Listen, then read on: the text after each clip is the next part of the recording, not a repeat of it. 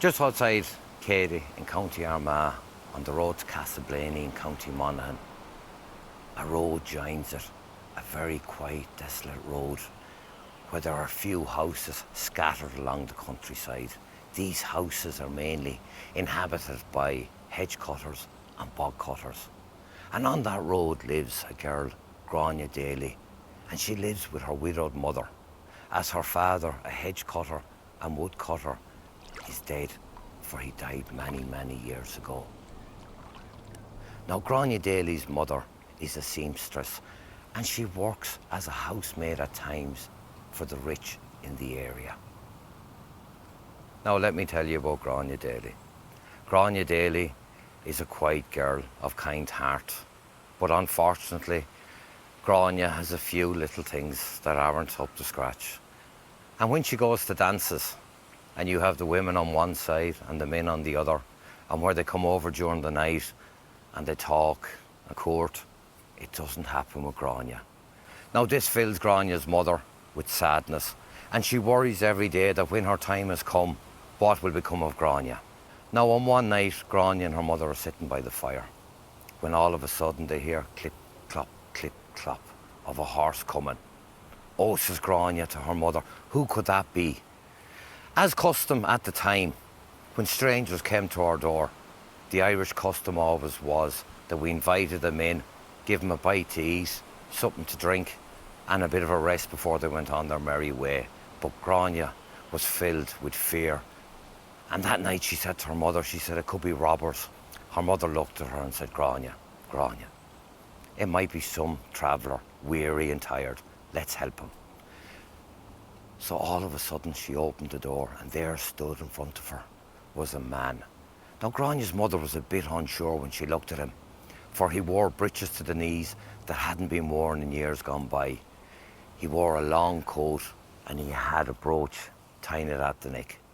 On top he had a hat, but the hat covered his eyes and his face. But Grainne's mother stood back, for there was a fear in her when she seen these red, evil, piercing eyes.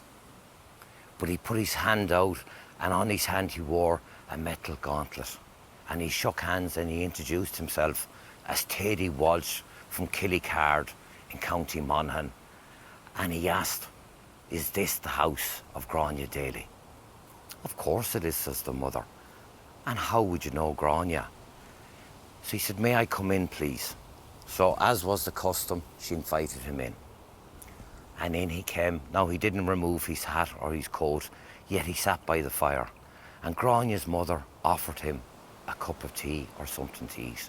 But he said no, he was only after eating. Now, he said he was from just outside Castleblaney in Monaghan, in a small area called Killycard.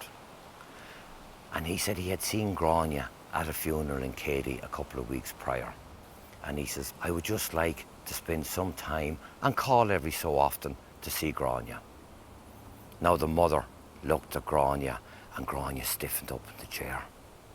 But with that, spotting what was happening, Teddy Walsh put his hand into his pocket and he pulled out a gold coin. Mrs. Daly, he says, I give you this as a gift. For wasting your time, it'll be worth it. And Grainne's mother looked at the gold coin. Now, that was more money than Grainne Daly's mother would earn in a year. But before she took it, she looked over at Grainne out of the corner of her eye, and Grainne had frozen.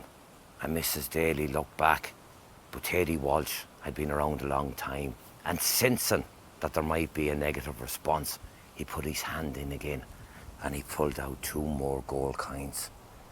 Now, Mrs. Daly's eyes lit up, 3 gold coins, and she looked at Grainne, and Grainne nodded, and she took the coins. Now, Teddy Walsh said to Mrs. Daly, I will call every so often for the company of Grainne. So when he left, Grainne and her mother, as a mother and daughter will do, they spoke. And the one thing they spoke about was that there was a stiffness in Teddy Walsh's movement, and a smell, the odour. It was pungent. It nearly burnt the hairs in your nose. And Grainne said to her mother, she says, oh mother, she said, whatever you do, do not leave me alone in the company of that horrid man. Now, a couple of days passed, and the clippity-clop came by the house again, and it was Thady Walsh. And Thady Walsh called. Now, he had stated that his wife was dead, but he paused. And any time he spoke of people that were long gone and wasn't aware of things that were happening in the present time, which Grainne and her mother found very strange. But on each occasion he left them 3 gold coins. Now eventually they were able to get more products in, they were able to get more material and seamstress. And for once, Grainne Daly's mother actually had some money, and she thought, looking forward, maybe I don't have to worry too much about Grainne. While she's not maybe going to get a husband, there will be enough for her. Now, over the next couple of weeks and months, Thady Walsh called maybe 7 or 8 times. But on one night he called, and as he came in, they noted that his movement was very stiff. And the odour was worse than it ever had been. And he sat down. But whatever way the candlelight and the fire flickered, they seen a bit of his face. And it looked like rotten skin. But these 2 red, piercing, evil eyes looked everywhere. And he said to Mrs. Daly, he says, Mrs. Daly, I come with a proposition for you and Grainne. As you know, my time is near. I am an elderly man. I would like to marry Grainne. Now with that, Mrs. Daly looked over at Grainne, and Grainne just moved with total fear. And he says, Mrs. Daly, I will make it well worth your while. I will give you 2 days. And he left. Now Grainne and the mother sat that night and they didn't sleep. They pondered and wondered and worried what would happen. When Grainne Daly's mother said to her, she said, Grainne, look, he's an old man, very, very old. If you marry him, how long is he going to spend? He has loads of gold, of which he has given us. Could you not just do it for a while, marry him, and when he dies, come back home to me? So 2 days later, Thady Walsh called back in the house, and he seemed a bit hyper, moody, all sorts of emotions running through him, and abrupt. And he says, Mrs. Daly, he says, my time is near. He says, have you an answer? And Mrs. Daly looked at Grainne and she says, yes, Mr. Walsh, Grainne will marry you. Perfect, he says. We shall have the wedding in Muckno, which is Muckno Lake in Castleblaney. And Grainne Daly's mother said, well, I have to get a dress, so can we leave it for a week because I'll have to do a dress for myself. And Grainne, when Thady Walsh with the metal gauntlet put the hand out and stopped it, and he says, Mrs. Walsh, we are an old family. The only ones attending the wedding will be my family. And Grainne Daly's mother thought this was a bit odd, and she says, well, we'd have to get Father Cashman, she said, our local parish priest, to marry ye. And he says, no, I have a brother that is a priest. He will marry us. My men will come tomorrow evening and collect Grainne at 12 o'clock. And he left. Now, Grainne Daly was up to high dough.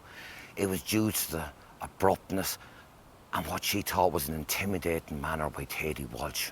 And she didn't feel safe. But her mother reassured her, counting all the gold, you only might have a couple of weeks.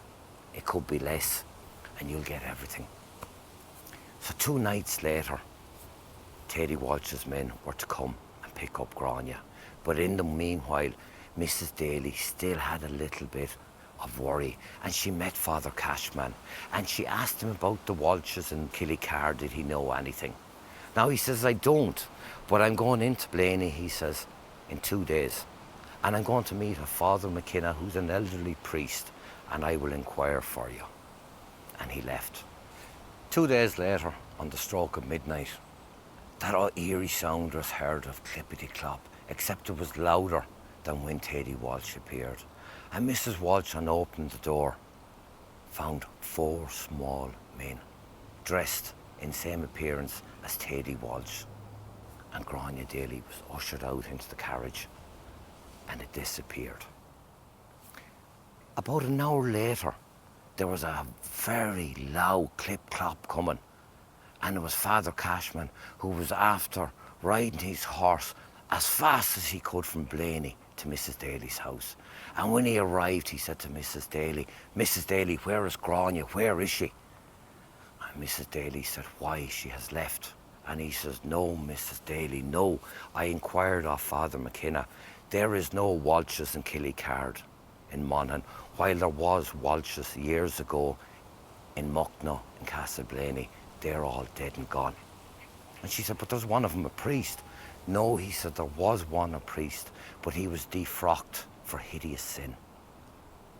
Oh, I must stop this. And he got back on his horse and he raced back in the Castleblaney road from Katie.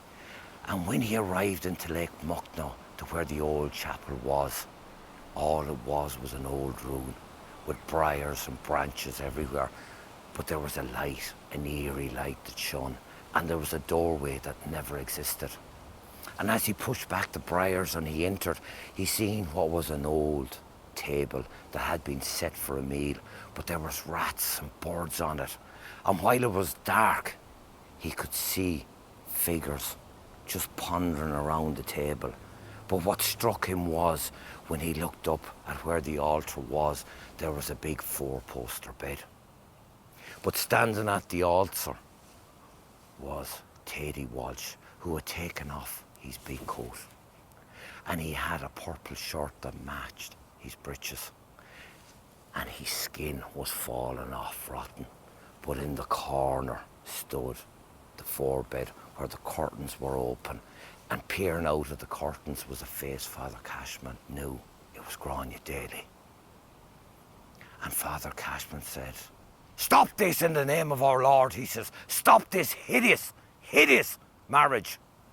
When Thady Walsh turned around and says, Father, you're in the wrong place. Your God is on a cross and does not belong here. And as Father Cashman reached to pull out his holy water, he tripped over a stone and was unconscious. Now, when he woke the following morning, the bed was gone, the altar, and he looked around, and where the doorway had been the night before lay a plaque. And the plaque read, Walshes, Thady Walsh. And underneath it, which shocked the priest, was, and his wife, Grainne Daly.